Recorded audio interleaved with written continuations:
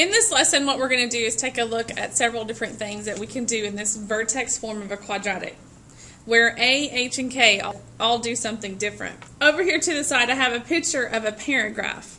This function would be f of x is just simply equal to x squared. Some things that I want to point out to you here in this graph. This is called the vertex, and it goes up 1 over 1 to get to the first point. Then it goes up 3, and then it goes up 5.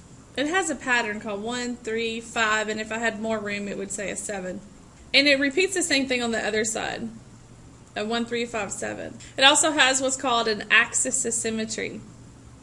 What we're going to do is show transformations of this parent graph. Alright, let's talk about what does A do. When A is negative, it causes the graph to reflect across the x-axis, similar to that of a frowny face. When the absolute value is less than 1, it causes the graph to shrink. So to kind of think of a flower blooming, it goes outward this way, closer to the x-axis. When the absolute value is greater than 1, it causes the graph to stretch. So think rubber band, or if you were to wake up in the morning and stretch your arms up towards the sky. Next is, what does H do? When we bring H out of the equation, it's going to change its sign. So it's tricky. When we bring it out and it's positive, we'll move it to the right. If it's negative, it shifts the graph to the left. Next up, we're going to talk about what does K do to the graph. If K is positive, it will shift the graph up. If K is negative, it will shift the graph down. It really helps for you to go in order from left to right, and even sometimes using a highlighter to show you what it's doing. The first thing I'm going to do is look to see, is there anything out front? If there's anything out front, that would be my A value. But this one does not have anything going on. So the next thing I do is look on the inside, and I see that I have this 3. Now this represents my H value. H is tricky. I have to bring it out of the equation, and once I bring it out, H would be equal to positive 3. And since H is equal to positive 3, this is going to move to the right 3. Make sure you put the word and the number. Next up, I'm going to look at this number out here. This is my K value. So this one, K equals 5. Since K is a positive 5, it's going to move it up 5.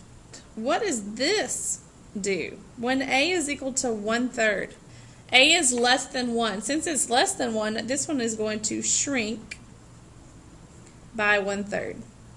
On the inside, here's our tricky H value. On this one, H is really negative 3. Because the formula has a negative in it, it's really disguising the H and changing its sign. So this is going to cause it to move left 3. Over here, this is our K value. K is negative 2, so this is going to go down 2 units. Alright, let's take a look at this side of the worksheet where they give you graphs and they want you to identify the A, H, and K and then write the equation. HK is that vertex where it could be a peak or a valley of the parabola. So taking a look at problem number 5, the first thing you want to do is look at your vertex, which is this one, is this maximum point. Where is that vertex? On this problem, it's at -2, 1. Well, what we've just done by finding that vertex is we have identified our H and our K value. So on this one, H is -2 and our K is positive 1. Now let's take a look at, I noticed that the graph is a frowny face. When the graph is a frowny face, it is telling me that it's going to be a negative value. The next thing you need to do is check for stretches and shrinks. So we're going to look for our 1, 3, 5 pattern. Start at your vertex, go down and over. Do you see how I hit? It is a rate of change of 1. 1, 2, 3. This one was down 3. So this one definitely has the 1, 3, 5. So this graph has not been shrunk or stretched. So it's just a -1 value. So f of x is equal to negative x minus, but when I plug in this -2, it's going to change its sign, squared plus our K value. Is find the vertex. For this problem, my vertex is at -3, 2. This is our HK value. The next thing we do is look again at the shape of the graph. I have myself another frowny face. Frowny face graphs means there's going to be a negative. We need to check to see if it's been stretched or if it has shrunk any. So I look to see if I go down, and over 1 it doesn't hit. So actually I had to go, and then the next good point, I go down and over, and then I count and I go 1, 2, 3, 4, 5, 6. That's a difference of 6. This was a 2. So instead of a 1, 3, I have a 2, 6. Normally your A value is 1, 3, 5, but right now my A value is at 2 and then 6. So what's my multiplier? What happened to this? It's been multiplied by 2. So this one has a stretch of 2. Let's write our equation. And again, you should be referring all the way back up to the top to this formula here, plugging in your numbers. H is tricky. When you plug it in, it's going to change its sign. So our answer would be -2, parentheses, x, minus, but when I plug in an h, it changes it to a positive 3 squared, and then it's plus 2. The last thing we're going to look at is how to graph a quadratic that is in vertex form. We've already talked about the vertex being HK.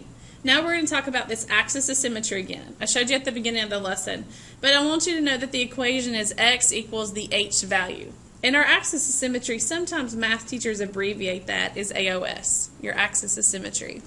I've got some steps here to show you how you can use your calculator to use it, but using table edit function. You probably use table edit function in your recorded algebra class.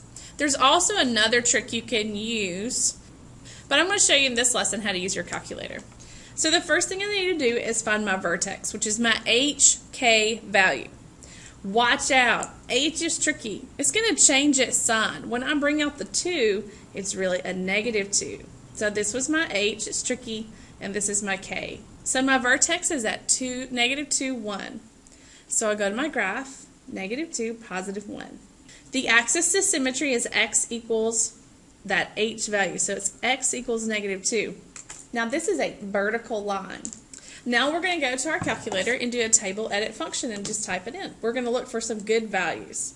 So go to your calculator, table edit function. And we're going to type it in just like you see it on your paper. So it is parentheses x, and the x is x plus 2, close parentheses, squared plus 1. In the directions it says you're always going to start at your h value. So on this problem our h value is at -2. We're going to step at 1, we're going to do an auto and calculate. Now the very first thing that will pop up will be your vertex that you just came up with, the -2, 1. To ensure yourself that your numbers are repeating, if you'll tap the up arrow twice, you should see the numbers repeat. See how I have 1, 2, 5, and if I go back down past my vertex, there's the 1, 2, 5. That's one cool thing about parabolas, that kids feel like they did it correctly. Now what you could do is record your answers so that you could see your graph. I would put your vertex in the middle. You connect in a U shape with arrows. The first thing we need to do is find our vertex. Your vertex is at HK, but watch out, H is tricky. I have to bring it out of the equation. It's going to change its sign. So it's really at 4, -1. The axis of symmetry at x equals 4. So let's get this graph. And then go to your calculator. Now we're dealing with a 1/2 out front. When dealing with a 1/2 out front, some of our answers that pop up in the table are not going to be very easy to graph. So we're going to search for ones that will be easy to graph. We're going to start at our H value. Our H value on this problem was at 4. We're going to step at 1. And here is that vertex at 4, -1. Now, we don't have good numbers on a couple of these, so you have to kind of space them out until you can find them. And then we connect this. We put arrows at the ends. So we didn't graph the ones that made those fractions. Okay, so as I take a look, I need to do H, K. On this particular problem, remember, when you do the H problem, the H value is going to change its sign. So it's at -3, -3.